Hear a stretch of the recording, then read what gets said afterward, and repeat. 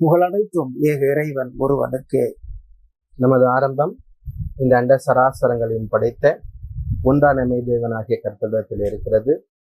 இந்த நிகழ்ச்சியை பார்க்கக்கூடிய உங்கள் அனைவரின் மீதும் ஏக இறைவனின் சாந்தியும் சமாதானமும் உண்டாகட்டுமாக. இந்த நிகழ்ச்சி மூலமாக இயேசு யார், இயேசு போதித்த மார்க்கம் எது என்பதை குறித்து சற்று விரிவாக பேச இருக்கிறோம். அதுக்கு முன்னாடி எங்களை பற்றி ஒரு சுருக்கமான அறிமுகம். காட்வின் என்கின்ற முகமது யூசுப், முன்னாள் கிறிஸ்தவர். சுமார் 12 வருடங்களாக இஸ்லாத்திலே பயணித்துக் கொண்டிருக்கிறேன். உமர் ஃபாரூக், முன்னாள் கிறிஸ்தவ போதகர். 1991 வருடத்திலே கிறிஸ்தவனாக மதம் மாறி 2004 வரை ஒரு கிறிஸ்தவனாக இருந்தேன். சுமார் 7 வருடங்களாக கிறிஸ்தவ போதகராகவும் இருந்தேன். இப்போது சுமார் 19 வருடங்களாக ஒரு முஸ்லிமாக பயணித்துக் கொண்டிருக்கிறேன். பைபிளை குறித்து சில புத்தகங்களையும் எழுதியிருக்கிறேன். பல கிறிஸ்தவர்களால் சோசியல் மீடியாவில் பேசும்படி தள்ளப்பட்டிருக்கிறேன் என்று சொன்னால் மிகையாகாது. பிரதர், மார்க்கம் அல்லது சமயம் சார்ந்த நம்பிக்கைகள் மற்றும் கருத்தியல் விளக்கங்கள் குறித்து விளக்கங்கள் கொடுக்கும் போது அவை எப்படி இருக்கணும்? சிந்திக்கக்கூடியவைகளாக இருக்கணும், ஆக்கப்பூர்வமான ஆய்வுகளாகவும் இருக்கணும், இல்லையா? ஆனா சில கிறிஸ்தவர்களின் இஸ்லாத்தை குறித்த விமர்சனங்கள் அவர்களுடைய வெறுப்பை தானே காட்டுகிறது. மறுப்புன்ற பேர்ல இஸ்லாத்தின் மீது இருக்கக்கூடிய வெறுப்பை தான் கீழ்த்தரமா பேசிட்டு வராங்க. தெளிவாகவே அது நமக்கு தெரியும். இப்படி சில கிறிஸ்தவ அமைப்புகள் இஸ்லாத்தை குறித்தும் இறுதி தூதரை குறித்தும் தரம் தாழ்ந்து கீழ்த்தரமா பேசுறதுனாலதான் உணர்ச்சி வசப்படக்கூடிய ஒரு சில இஸ்லாமியர்கள் அதற்கு பதில் தாக்குதல் கொடுக்கிற விதமா என்ன பண்ணிடுறாங்கன்னா இயேசு கிறிஸ்துவ மட்டும் கட்டி பேசிடுறாங்க.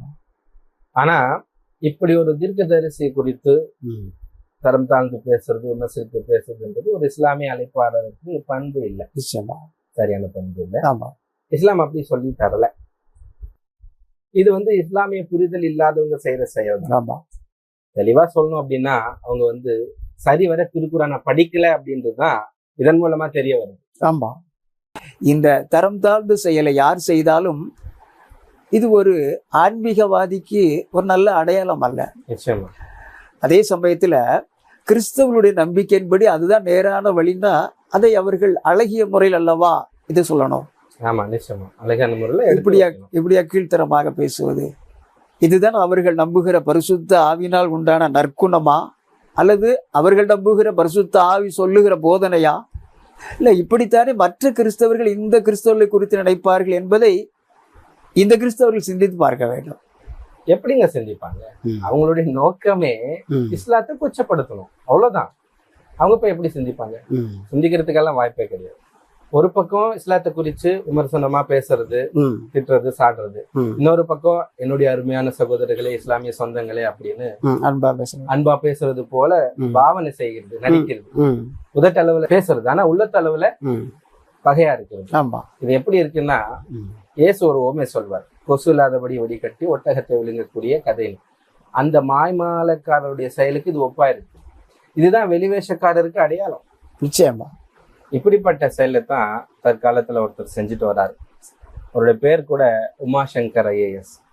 அவருடைய வீடியோ எல்லாம் நீங்க போய் பாருங்க. மணி கணக்குல இஸ்லாத்தை குறிச்சு தரம் தாழ்ந்து பேசிட்டு வர்றாரு. படைத்த இறைவனை குறித்தும் இறுதி தூதரை குறித்தும் எவ்வளவுக்கு எவ்வளவு தரம் தாழ்ந்து பேச முடியுமோ அவ்வளவுக்கு அவ்வளவு தரம் தாழ்ந்து பேசிட்டு இருக்காரு. கொஞ்சம் கூட தெளிவே இல்லாம படைத்த இறைவனை, இந்த அண்ட சராசரங்களும் படைத்த இறைவனை சாத்தான்னு போதிச்சுட்டு வர்றாரு. அதாவது அல்லாஹ்வை சாத்தான் அப்படின்னு சொல்லிட்டு இஸ்லாமியர்களுக்கே போதிச்சுட்டு வர்றாரு. படைத்த இறைவனை இவரை போன்றவர்கள் சாத்தான் என்று சொல்ல காரணம், இவர்கள் சரியாக பைபிளை ஆய்வு செய்யவில்லை என்றுதான் சொல்லணும். பைபிளை அப்படியே நம்பி பேசுறாங்க இல்லையா, அவங்க கிட்ட ஆய்வு இருக்காது. பைபிளை எழுதியது யார், இது எதற்காக எழுதப்பட்டது, எப்படி தொகுத்தார்கள், இது அவர்கள் நம்புகிற பரிசுத்தாவினால் எழுதப்பட்டதா, இல்லை அதுவும் பொய்யா, இல்லை கேள்விப்பட்டவர்களால் எழுதப்பட்டதா, இல்லை அதுவும் பொய்யா, இப்படி பல ஆய்வுகள் தேவைப்படுகிறது. இப்படியெல்லாம் ஆய்வு செய்யாமல் பைபிள் வந்து உலகத்தின் அதிபதியை சாத்தான் என்று சொல்லுகிறது. ஆனால் இறுதி வேதம் திருக்குரான் உலகத்தின் அதிபதியை அல்லாஹ் என்று சொல்லுகிறது. அதனால நாங்கள் குரான் சொல்லும் அல்லாவை சாத்தான் என்று சொல்லுகிறோம் என்று பகிரங்கமாக இவரை போன்றவர்கள் சொல்லி வருகிறார்கள். பிரதர், இந்த உலகத்தை படைச்சவன் தானே உலகத்தின் அதிபதியா இருக்க முடியும். நிச்சயமா. ஸோ பேசிக் காமன் சென்ஸை யூஸ் பண்ணி பார்த்தாலே இட்ஸ் ஏ லாஜிக். நிச்சயமா. பைபிள் கூட தெளிவா சொல்றது. சங்கீதக்காரனுக்கு தாவீது சொல்றாரு, பூமியும் அதன் நிறைவும் கர்த்தருடையதுன்னு சொல்றீங்க. நிறைய வசனங்களை இந்த மூலம் நம்ம பழைய ஏற்பாட்டுல, அதாவது தனாக் புத்தகத்துல எடுத்து காமிக்கலாம். நிச்சயமா நிறைய இருக்கு. அதாவது இறைவனை அறியக்கூடிய அறிவே இல்லாம தான் இவங்க இருக்கிறாங்கன்றது தெளிவா தெரியும். அதாவது இறைவன் என்ற பொதுவான வார்த்தைக்கு அரபியில் அல்லாஹ் என்று அர்த்தம். தமிழ்ல இறைவன், இந்தியில பகவான், ஆங்கிலத்தில் காட். அதே போல அரபு மொழியில் இறைவன் என்று சொல்லுவோம், அல்லாஹ் சொல்றோம். பிரதர், அரபு பைபிள்ல கர்த்தருங்கிற இடத்துல அல்லாஹ் தானே போட்டிருக்கு. ஆனாலும் கிறிஸ்தவங்க ஒத்துக்க மாட்டாங்க. ஏன்னா யூதர்களின் பழைய ஏற்பாடு சொல்லும் கர்த்தர் வேறு, இறுதி வேதம் திருக்குரான் சொல்லும் அல்லாஹ் வேறு என்று இவர்கள் சொல்லுகிறார்கள்.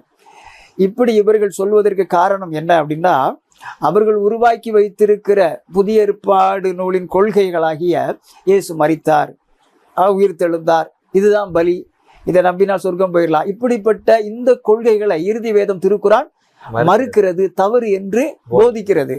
அதனால பைபிள் சொல்லுகிற கர்த்தர் வேற, குரான் சொல்லுகிற அல்லாஹ் வேற என்று இவர்கள் சொல்லுகிறார்கள்.